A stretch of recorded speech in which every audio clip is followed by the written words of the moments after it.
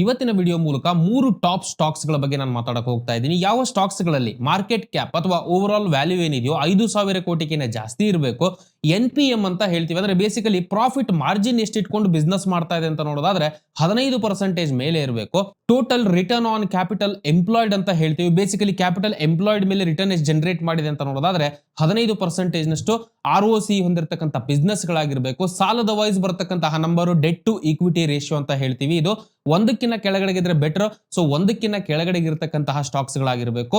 At the same time ₹200 ಒಳಗಡೆಗೆ trade ಆಗ್ತಾ ಇರತಕ್ಕಂಥದ್ದು. ಸೊ ಇವನ್ ₹200 ಇದ್ರೂ ಕೂಡ ನಿಮ್ಮ ಹತ್ರ ಇನ್ವೆಸ್ಟ್ ಮಾಡೋಕ್ ಸಾಧ್ಯ ಇರತಕ್ಕಂತಹ ಕಂಪನೀಸ್ಗಳು ಇದಾಗಿರುತ್ತೆ. ಮುಂದುವರೆದಕ್ಕಿಂತ ಮುಂಚೆ ಇನ್ ಕೇಸ್ ನಿಮ್ಮಲ್ಲಿ ಯಾರಾದ್ರೂ ಮೊದಲನೇ ಬಾರಿಗೆ ನಮ್ಮ ವಿಡಿಯೋಸ್ ಗಳನ್ನ ನೋಡ್ತಾ ಇದ್ರೆ ದಯವಿಟ್ಟು ಚಾನಲ್ ಸಬ್ಸ್ಕ್ರೈಬ್ ಮಾಡ್ಕೊಳ್ಳಿ. ಹಾಗೆ ಬೆಲ್ ಐಕಾನ್ ಅನ್ನು ಕೂಡ ಕ್ಲಿಕ್ ಮಾಡಿ. ನಮ್ಮ ಕಡೆಯಿಂದ ರೆಗ್ಯುಲರ್ ಅಪ್ಡೇಟ್ಸ್ ವಿತ್ ಪ್ರಿಯಾರಿಟಿ ನಿಮಗೆ ಸಿಗಬೇಕು ಅಂದ್ರೆ. So let's get started.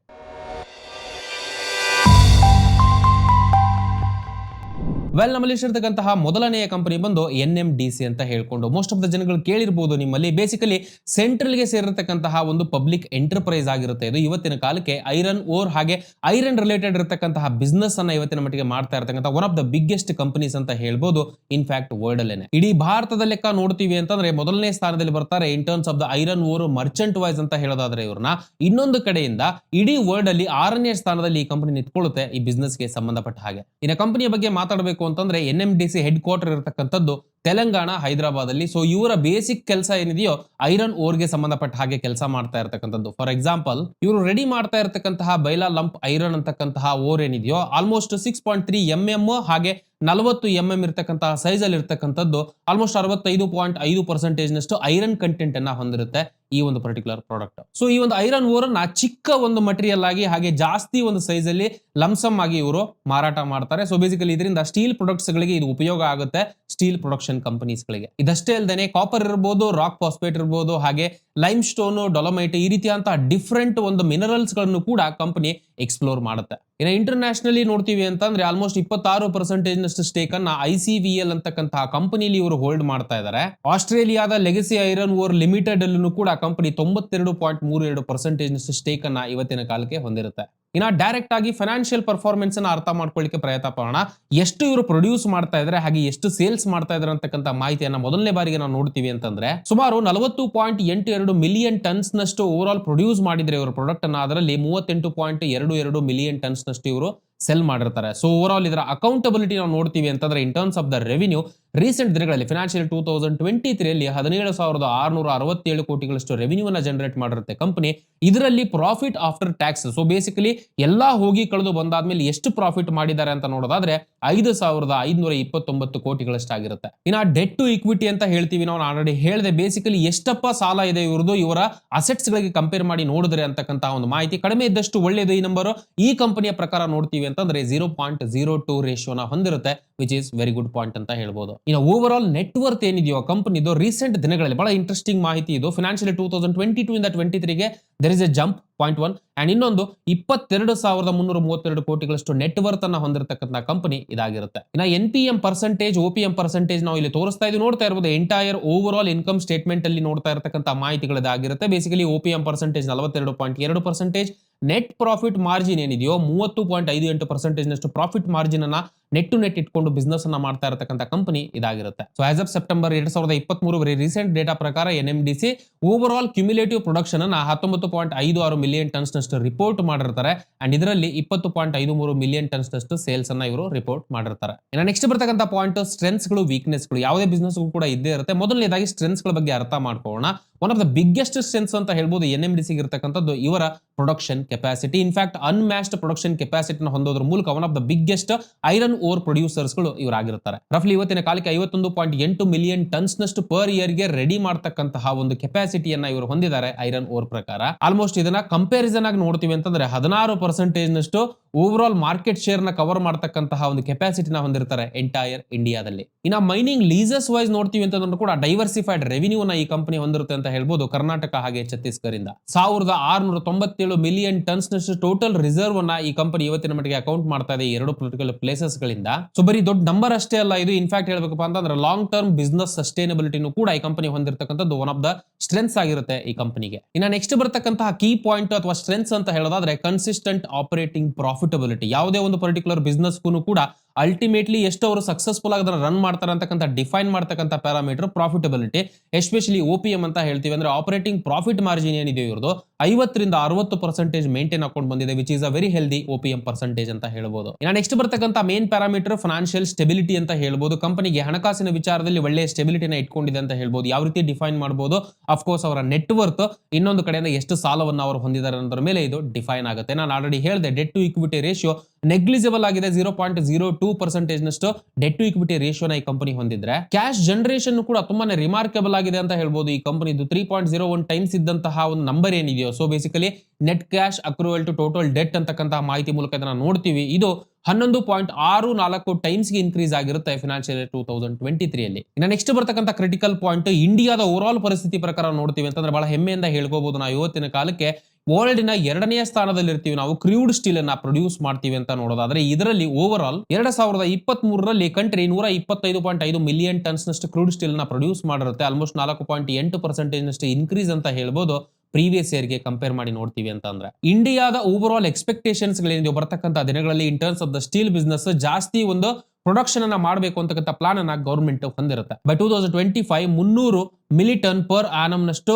Over all ಒಂದು ಪ್ರೊಡಕ್ಷನ್ ನ ರೆಡಿ ಮಾಡಬೇಕು ಅಂತಕ್ಕಂತಹ ಇಂಪ್ರೆಸಿವ್ ಟಾರ್ಗೆಟ್ಸ್ ಅನ್ನ ಹೊಂದಿರುತ್ತೆ ಇನ್ terms of the steel production ಅಂತ ಹೇಳೋದಾದ್ರೆ. ಸೊ ಎಲ್ಲಾ ಪಾಯಿಂಟ್ಸ್ ಗಳು ಪಾಸಿಟಿವ್ ಆಗಿ ಪರಿಣಾಮ ಬೀರತಕ್ಕಂತಹ ಒಂದು ಅವಕಾಶಗಳಿರುತ್ತೆ ಈ ಪರ್ಟಿಕ್ಯುಲರ್ ಕಂಪನಿಗೆ, ಬಿಕಾಸ್ ಇವರ ಬಿಸ್ನೆಸ್ ಡೈರೆಕ್ಟ್ಲಿ ಇದರ ಜೊತೆಗೆ ಲಿಂಕ್ ಆಗಿರೋದ್ರಿಂದ. ನೆಕ್ಸ್ಟ್ ಬರ್ತಕ್ಕಂತಹ ಮೇನ್ ಪಾಯಿಂಟ್, ಅರೌಂಡ್ 60.79% ನಷ್ಟು ಈ ಕಂಪನಿಯಲ್ಲಿ ಇರತಕ್ಕಂತಹ ಸ್ಟೇಕ್ ಅನ್ನ ಸೆಂಟ್ರಲ್ ಗವರ್ಮೆಂಟ್ ಹೊಂದಿರುತ್ತೆ. ಸೊ ಆಬ್ವಿಯಸ್ಲಿ ಜಾಸ್ತಿ ಪ್ರಮೋಟರ್ ಸ್ಟೇಕ್ ಒಂದು ಕಡೆಗಾದ್ರೆ, ಇನ್ನೊಂದು ಕಡೆಯಿಂದ ಸೆಂಟ್ರಲ್ ಗವರ್ಮೆಂಟ್ ಇದರಿಂದ ಇರೋದ್ರಿಂದ ಮೆಜಾರಿಟಿ ಆಫ್ ದ ಟೈಮ್ ಅಲ್ಲಿ ಸ್ಟೆಬಿಲಿಟಿ ಅಂತ ಹೇಳೋದಾದ್ರೆ in terms of the policies ಗಳಿರಬಹುದು, ಎಲ್ಲಾ ಬೆನಿಫಿಟ್ಸ್ ಗಳು ಕೂಡ ಕಂಪನಿಗೆ ಡೈರೆಕ್ಟ್ ಆಗಿ ಸಿಗ್ತಕ್ಕಂಥ ಪಾಸಿಬಿಲಿಟೀಸ್ ಇರುತ್ತೆ, ಬಿಕಾಸ್ ಗವರ್ಮೆಂಟ್ ಅಂಡರ್ ಇದು ಬರುತ್ತೆ. ಬರೀ ಸ್ಟ್ರೆಂತ್ಸ್ ಅಷ್ಟೇನಾ, ವೀಕ್ನೆಸ್ ಗಳು ಕೂಡ ಇರುತ್ತೆ. ಮೊದಲನೇದಾಗಿ ನಾವು ನೋಡಬೇಕು ಅಂತಂದ್ರೆ overall turnover wise ಕಂಪನಿಯ ಟರ್ನ್ ಓವರ್ ಏನಿದೆಯೋ ಫಿನಾನ್ಷಿಯಲ್ 2023 ಫಿನಾನ್ಷಿಯಲ್ 2022 ಗೆ ಕಂಪೇರ್ ಮಾಡಿ ನೋಡೋದಾದ್ರೆ 91.96% ಡಿಕ್ರೀಸ್ ಆಗಿದೆ. ನೋಡ್ತಾ ಇರಬಹುದು ಇಲ್ಲಿ ಮಾಹಿತಿಯನ್ನ ನೀವು. ಹಾಗೆ ಇವನ್ ಪ್ರಾಫಿಟ್ ಆಫ್ಟರ್ ಟ್ಯಾಕ್ಸ್ ಅಲ್ಲೂ ಕೂಡ ಸ್ಟೀಪ್ ರಿಡಕ್ಷನ್ ಕಂಡು ಬಂದಿದೆ. 30% ನಷ್ಟು ಒಂದು ಕುಸಿತ ಕಂಡು ಬಂದಿದೆ ಅಂತ ಹೇಳ್ಬೋದು, ಬಿಕಾಸ್ ಆಫ್ ಲೋ ಡಿಮ್ಯಾಂಡ್ ಹಾಗೆ increased iron ore prices.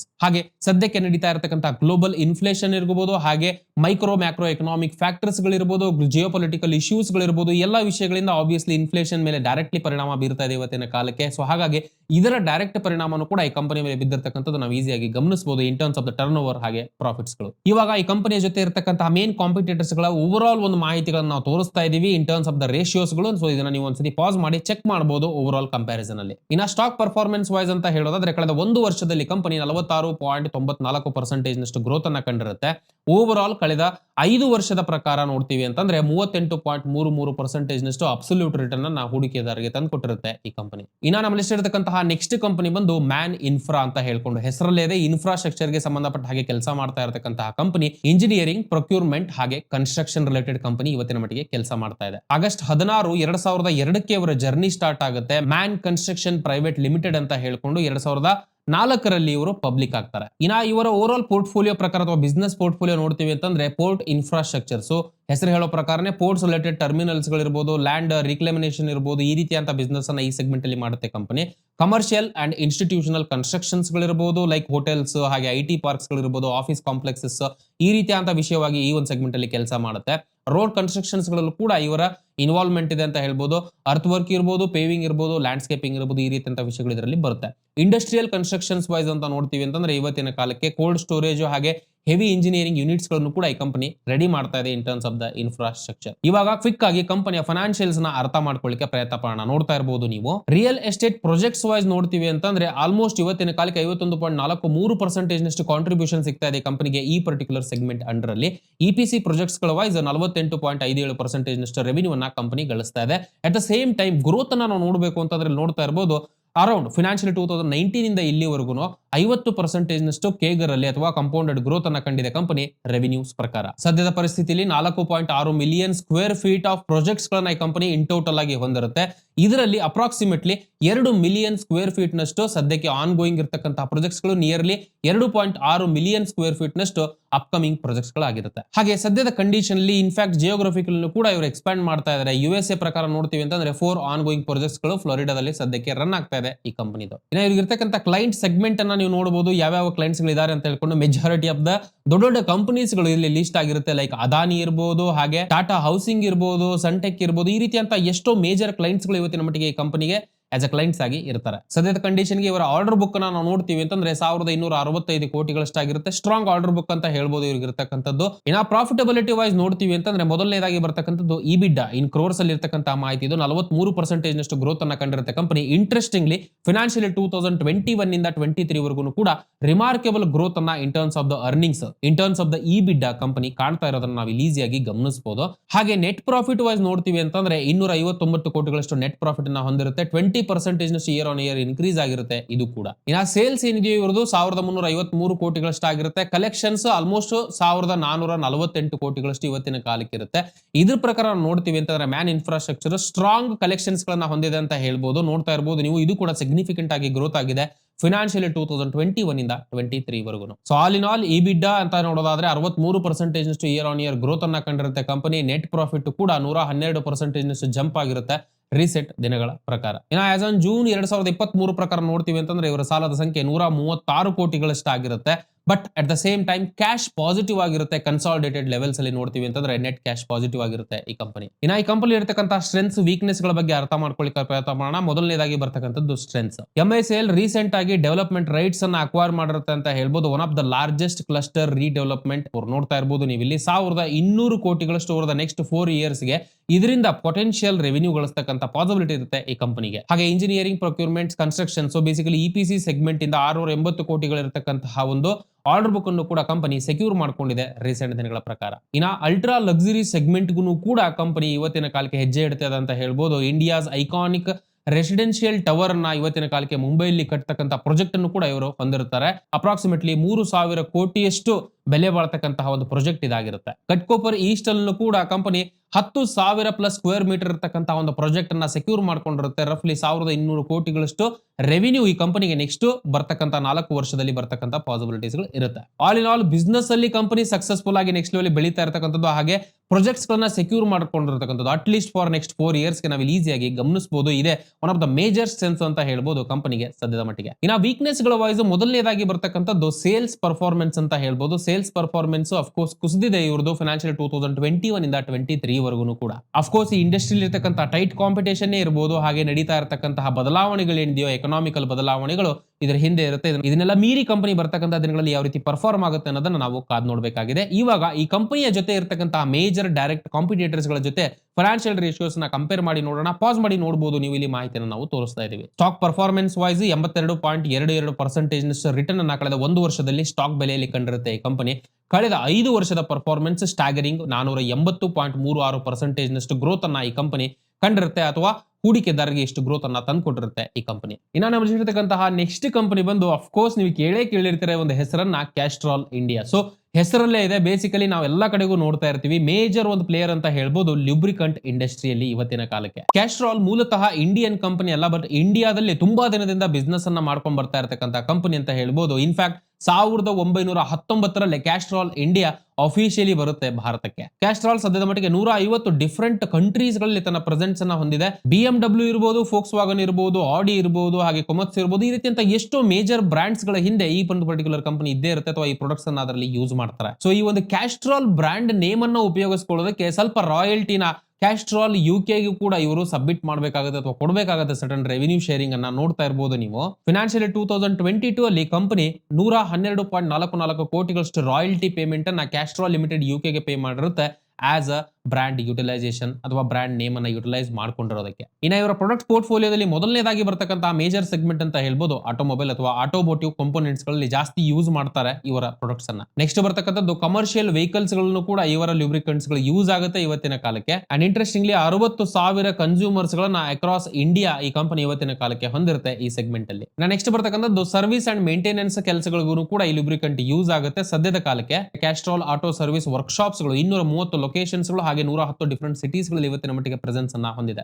Next ಬರ್ತಕ್ಕಂಥದ್ದು ಎಲೆಕ್ಟ್ರಿಕ್ ವೆಹಿಕಲ್ಸ್ ಗಳು. ಮೋಸ್ಟ್ ಆಫ್ ದ ಇವರ ಬಿಸ್ನೆಸ್ ಏನಿದೆಯೋ ಆಟೋಮೊಬೈಲ್ ಸೆಕ್ಟರ್ಸ್ ಏನೇ ಸಂಬಂಧಪಟ್ಟಿರ್ತಕ್ಕಂಥದ್ದನ್ನ ನಾವು ಇಲ್ಲಿ ಈಸಿಯಾಗಿ ಗಮನಿಸಬಹುದು. ಇವಾಗ ಕ್ವಿಕ್ ಆಗಿ ಇವರ ಫೈನಾನ್ಷಿಯಲ್ಸ್ ಗಳನ್ನ ಅರ್ಥ ಮಾಡ್ಕೊಳ್ಳಿಕ್ಕೆ ಪ್ರಯತ್ನ ಪಡೋಣ. ನೋಡ್ತಾ ಇರಬಹುದು ನೀವು, ಕ್ಯಾಸ್ಟ್ರಾಲ್ ಇಂಡಿಯಾ 6% ನಷ್ಟು ಇಯರ್ ಆನ್ ಇಯರ್ ಇನ್ಕ್ರೀಸ್ ಅನ್ನ ಕಂಡಿರುತ್ತೆ ರೆವಿನ್ಯೂ ಅಲ್ಲಿ. ಇವಾಗ ಸದ್ಯದ ಮಟ್ಟಿಗೆ 1183 ಕೋಟಿಗಳಷ್ಟಿದ್ರೆ ಇದು ಪ್ರೀವಿಯಸ್ ಇಯರ್ ಇದೇ ಪರ್ಟಿಕ್ಯುಲರ್ ಟೈಮಲ್ಲಿ ನಾವು ನೋಡ್ತೀವಿ ಅಂತಂದ್ರೆ 1121 ಕೋಟಿಗಳಷ್ಟಿತ್ತು. ಹಾಗೆ ರೆವೆನ್ಯೂ ಫ್ರಮ್ ಆಪರೇಷನ್ಸ್ ಏನಿದೆಯೋ 3811 ಕೋಟಿಗಳಷ್ಟಾಗಿರುತ್ತೆ. ಅಗೇನ್ ಇದರಲ್ಲೂ ಕೂಡ 6% ಜಂಪ್ ಅನ್ನ ಈ ಕಂಪನಿ ಕಂಡಿರುತ್ತೆ. 3598 ಕೋಟಿಗಳಷ್ಟಾಗಿತ್ತು ಇದು ಕಳೆದ ವರ್ಷದಲ್ಲಿ. ಅಂಡ್ ಪ್ರಾಫಿಟ್ ಬಿಫೋರ್ ಟ್ಯಾಕ್ಸ್ ಅಲ್ಲೂ ಕೂಡ 1% ಸ್ಮಾಲ್ ಫ್ರಾಕ್ಷನ್ ಅಮೌಂಟ್ ಇನ್ಕ್ರೀಸ್ ಆಗಿದೆ ಅಂತ ಹೇಳ್ಬೋದು. 857 ಕೋಟಿಗಳಷ್ಟಾಗಿರುತ್ತೆ ಇದು. ಪ್ರೀವಿಯಸ್ ಇಯರ್ ಇದು 845 ಕೋಟಿಗಳಷ್ಟಾಗಿತ್ತು. ಇನ್ನ ಕಂಪನಿಗೆ ಇರತಕ್ಕಂತಹ ಸ್ಟ್ರೆಂತ್ಸ್ ಗಳ ವೈಸ್ ನೋಡ್ತೀವಿ ಅಂತಂದ್ರೆ brand name is biggest strength ಅಂತ ಹೇಳ್ಬೋದು ಈ ಕಂಪನಿಗೆ. ಹಾಗೆ ಇವರಿಗಿರ್ತಕ್ಕಂತಹ ಅನುಭವ ಆಲ್ಮೋಸ್ಟ್ 100 ವರ್ಷಗಳಿಂದ ಈ ಬಿಸ್ನೆಸ್ ಸೆಗ್ಮೆಂಟ್ ಅಲ್ಲಿ ಇರತಕ್ಕಂಥದ್ದು ಒನ್ ಆಫ್ ದ ಮೇಜರ್ ಒಂದು ಕಾಂಪಿಟೇಟಿವ್ ಎಡ್ಜ್ ಆಗಿ ಈ ಕಂಪನಿಗೆ ಕನ್ವರ್ಟ್ ಆಗುತ್ತೆ. ಇನ್ನೊಂದು ಕಡೆಯಿಂದ ಹೊಸದಾಗಿ ಇವರು ಲಾಂಚ್ ಮಾಡಿರ್ತಕ್ಕಂಥ ಎಷ್ಟೋ ಆಟೋ ಕೇರ್ ರೇಂಜ್ ಪ್ರಾಡಕ್ಟ್ಸ್ ಗಳು ಏನಿದೆಯೋ ಸದ್ಯದ ಮಟ್ಟಿಗೆ ತುಂಬಾ ಟ್ರಾಕ್ಷನ್ಸ್ ಗಳನ್ನ ಪಡಿತಾ ಇದೆ. ಇನ್ಫ್ಯಾಕ್ಟ್ ಹೇಳಬೇಕು ಅಂದ್ರೆ 18,000 ಔಟ್ಲೆಟ್ಸ್ ಗಳಲ್ಲಿ ಈ ಒಂದು ಪರ್ಟಿಕ್ಯುಲರ್ ಪ್ರಾಡಕ್ಟ್ಸ್ ಗಳು ರೀಸೆಂಟ್ ದಿನಗಳಲ್ಲಿ ಅವೈಲೇಬಲ್ ಇರುತ್ತೆ ಅಕ್ರಾಸ್ ಇಂಡಿಯಾ. ಇನ್ನ ಇವರಿಗಿರ್ತಕ್ಕಂತಹ ಮೇಜರ್ ವೀಕ್ನೆಸ್ ಗಳ ಪ್ರಕಾರ ನೋಡ್ತೀವಿ ಅಂತಂದ್ರೆ ಡೆಟರ್ಸ್ ಟರ್ನ್ ಓವರ್ ರೇಷಿಯೋ ಏನಿದೆಯೋ 15% ಡಿಕ್ಲೈನ್ ಅನ್ನ ಕಂಡಿರುತ್ತೆ. ಸೊ ಬೇಸಿಕಲಿ 17.04 ಟೈಮ್ಸ್ ಇಂದ ಫಿನಾನ್ಷಿಯಲ್ 2021 ಅಲ್ಲಿ 22 ಬರೋಷ್ಟೊತ್ತಿಗೆ ಇದು 14.42 ಟೈಮ್ಸ್ ಗೆ ಕನ್ವರ್ಟ್ ಆಗಿರುತ್ತೆ ಅಥವಾ ಕುಸಿದಿರುತ್ತೆ. ಸೊ ಇದು ಕಲೆಕ್ಷನ್ಸ್ ಗಳಲ್ಲಿ ಆಗ್ತಕ್ಕಂತಹ ಒಂದು ಪರಿಣಾಮವನ್ನ ಅಥವಾ ಪ್ರಭಾವವನ್ನ ನಮಗೆ ತೋರಿಸ್ಕೊಡುತ್ತೆ. ಇದರಲ್ಲಿ ಕಂಪನಿ ಕುಸಿತಿರ್ತಕ್ಕಂಥದ್ದು one of the concerning point. Current ratio ಅಂತ ಹೇಳ್ತೀವಿ ನಾವು ನೆಕ್ಸ್ಟ್ ಬರ್ತಕ್ಕಂಥ ಪಾಯಿಂಟ್. ಬೇಸಿಕಲಿ ಏನಪ್ಪಾ ಅಂದ್ರೆ ಸದ್ಯದ ಮಟ್ಟಿಗೆ ಇಮಿಡಿಯೇಟ್ ಆಗಿರ್ತಕ್ಕಂಥ ಅಸೆಟ್ಸ್ ಗಳು ಇಮಿಡಿಯೇಟ್ ಆಗಿರ್ತಕ್ಕಂತಹ ಲೈಬಿಲಿಟೀಸ್ ಗಳ ಮಿಡ್ಲ್ ಅಲ್ಲಿ ಇರ್ತಕ್ಕಂತಹ ರೇಷಿಯೋ ಜಾಸ್ತಿ ಇದ್ದಷ್ಟು ಒಳ್ಳೆಯದು. ಇದು ಕೂಡ ಕುಸಿದಿರುತ್ತೆ ರೀಸೆಂಟ್ ದಿನಗಳಲ್ಲಿ. ಆಲ್ಮೋಸ್ಟ್ 8% ನಷ್ಟು ಕುಸಿತವನ್ನ ಕರೆಂಟ್ ರೇಷಿಯೋ ಕಂಡಿರುತ್ತೆ. 2.17 ಟೈಮ್ಸ್ ಇದ್ದಂಥದ್ದು 2 ಟೈಮ್ಸ್ ಗೆ ಕನ್ವರ್ಟ್ ಆಗಿರುತ್ತೆ ಫಿನಾನ್ಷಿಯಲ್ 2022 ಅಲ್ಲಿ. ಇದರ ಜೊತೆಗೇನೆ ಆಪರೇಟಿಂಗ್ ಪ್ರಾಫಿಟ್ ಮಾರ್ಜಿನ್ ಕೂಡ 8% ನಷ್ಟು ಡಿಕ್ರೀಸ್ ಅನ್ನ ರೀಸೆಂಟ್ ದಿನಗಳಲ್ಲಿ ಕಂಡಿರುತ್ತೆ. ಜೊತೆಗೆ ಇಬಿಡಾನು ಕೂಡ 8% ನಷ್ಟು ಕುಸಿತವನ್ನ ಕಂಡಿರುತ್ತೆ. 25% ಇದ್ದಂಥದ್ದು 23% ಗೆ ಬಂದಿರುತ್ತೆ ಈ ಒಂದು ಪರ್ಟಿಕ್ಯುಲರ್ ವಿಚಾರವಾಗಿ ನೋಡ್ತೀವಿ ಅಂತಂದ್ರೆ. ಇವಾಗ ಕಂಪನಿಯ ಕೀ ಫೈನಾನ್ಷಿಯಲ್ ಮೆಟ್ರಿಕ್ಸ್ ಗಳನ್ನ ಹಾಗೆ ಫೈನಾನ್ಷಿಯಲ್ ರೇಷಿಯೋಸ್ ಗಳನ್ನ ಇಲ್ಲಿ ತೋರಿಸ್ತಾ ಇದೀವಿ. ಒಂದ್ಸತಿ ಪಾಸ್ ಮಾಡಿ ನೀವು ಚೆಕ್ ಮಾಡಬಹುದು. ಇನ್ನ ಸ್ಟಾಕ್ ಪರ್ಫಾರ್ಮೆನ್ಸ್ ವೈಸ್ ಕಳೆದ ಒಂದು ವರ್ಷದಲ್ಲಿ 9.52% ನಷ್ಟು ಡೀಸೆಂಟ್ ಗ್ರೋತ್ ಅನ್ನ ಹೂಡಿಕೆದಾರರಿಗೆ ತಂದುಕೊಟ್ಟಿರುತ್ತೆ. ಕಳೆದ 5 ವರ್ಷದ ಪರ್ಫಾರ್ಮೆನ್ಸ್ ಪ್ರಕಾರ ನೋಡ್ತೀವಿ ಅಂತಂದ್ರೆ ಅಬ್ಸಲ್ಯೂಟ್ ರಿಟರ್ನ್ ನೆಗೆಟಿವ್ ಅಲ್ಲಿ ಇರುತ್ತೆ 8.86% ನಷ್ಟು. ಸ್ನೇಹಿತರೆ ಇದೇ 3 ಕಂಪನೀಸ್ ಗಳಾಗಿತ್ತು. ಯಾವ ಕಂಪನೀಸ್ ಗಳಲ್ಲಿ ನಾವು ಮೆನ್ಷನ್ ಮಾಡಿರ್ತಕ್ಕಂತಹ ಇನಿಷಿಯಲಿ ಮೆನ್ಷನ್ ಮಾಡಿರ್ತಕ್ಕಂತಹ ಪಾಯಿಂಟ್ಸ್ ಗಳು ಮೀಟ್ ಆಗುತ್ತೆ. ಅಟ್ ದ ಸೇಮ್ ಟೈಮ್ 200 ರೂಪಾಯಿ ಒಳಗಡೆ ಟ್ರೇಡ್ ಆಗ್ತಾ ಇದ್ದಂತಹ ಸ್ಟಾಕ್ಸ್ ಗಳು ಇದಾಗಿತ್ತು. ಇದರ ಬಗ್ಗೆ ಏನಾದ್ರು ಡೌಟ್ಸ್ ಗಳು ಪ್ರಶ್ನೆಗಳಿದ್ರೆ ಕಮೆಂಟ್ ಮೂಲಕ ತಿಳಿಸಿ. ಹಾಗೆ ವಿಡಿಯೋ ಇಷ್ಟ ಆದರೆ ದಯವಿಟ್ಟು ವಿಡಿಯೋನ ಲೈಕ್ ಮಾಡಿ. ನಿಮಗೆ ಫ್ರೀ ಆಗಿರುತ್ತೆ ಇದು, ಬಟ್ ಇದರಿಂದ ಜಾಸ್ತಿ ಒಂದು ಮೋಟಿವೇಶನ್ ನಮಗೂ ಸಿಗುತ್ತೆ ನೆಕ್ಸ್ಟ್ ವಿಡಿಯೋಗೆ ಇನ್ನೂ ಬೆಟರ್ ಆಗಿ ಪ್ರಿಪೇರ್ ಆಗಲಿಕ್ಕೆ. ಹಾಗೆ ಈ ಒಂದು ವಿಡಿಯೋನ ಜಾಸ್ತಿ ಕನ್ನಡಿಗರಿಗೆ ತಲುಪಿಸಲಿಕ್ಕೂ ಕೂಡ ನಮಗೆ ಸಹಾಯ ಮಾಡುತ್ತೆ. ಹಾಗೆ ಇನ್ ಕೇಸ್ ನಿಮ್ಮಲ್ಲಿ ಯಾರು ಹೊಸಬರಾಗಿದ್ದು ಚಾನಲ್ ಸಬ್ಸ್ಕ್ರೈಬ್ ಮಾಡ್ಕೊಳ್ಳಿ ಅಂತ ದಯವಿಟ್ಟು ಚಾನಲ್ ಸಬ್ಸ್ಕ್ರೈಬ್ ಮಾಡ್ಕೊಳ್ಳಿ. ನಮ್ಮ ಕಡೆಯಿಂದ ರೆಗ್ಯುಲರ್ ಅಪ್ಡೇಟ್ಸ್ ಇಮಿಡಿಯೇಟ್ ಆಗಿ ನಾವು ಅಪ್ಲೋಡ್ ಮಾಡಿದ ತಕ್ಷಣ ನಿಮ್ಗೆ ಸಿಗಬೇಕು ಅಂತಂದ್ರೆ. ಅಂಡ್ ಮೋಸ್ಟ್ ಇಂಪಾರ್ಟೆಂಟ್ಲಿ ನಾನು ಇಲ್ಲಿವರೆಗೂ ಕೊಟ್ಟಿರ್ತಕ್ಕಂತಹ ಮಾಹಿತಿ ಏನಿದೆಯೋ ಎಜುಕೇಶನಲ್ ಪರ್ಪಸ್ಗೆ ಮಾತ್ರ, ಯಾವುದೇ ರೀತಿಯಾದಂತಹ ಬೈ ಸೆಲ್ ರೆಕಮೆಂಡೇಶನ್ಸ್ ಅಲ್ಲ. ಯಾವುದೇ ಹೂಡಿಕೆಯನ್ನ ಮಾಡೋದಕ್ಕಿಂತ ಮುಂಚೆ ಪ್ರಾಪರ್ ಆಗಿ ಅನಲೈಸ್ ಮಾಡಿ ಡಿಸಿಷನ್ಸ್ ಗಳನ್ನ ತಗೊಳ್ತಕ್ಕದ್ದು. Because stock market investments are subject to market risk. ಇಷ್ಟು ಹೇಳ್ತಾ ಈ ವಿಡಿಯೋನ ಇಲ್ಲಿಗೆ ಮುಗಿಸ್ತಾ ಇದ್ದೀನಿ. ಮತ್ತೆ ನಿಮಗೆ ನೆಕ್ಸ್ಟ್ ವಿಡಿಯೋದಲ್ಲಿ ಸಿಗ್ತೀನಿ. ಅಲ್ಲಿವರೆಗೂ ಜೈ ಹಿಂದ್.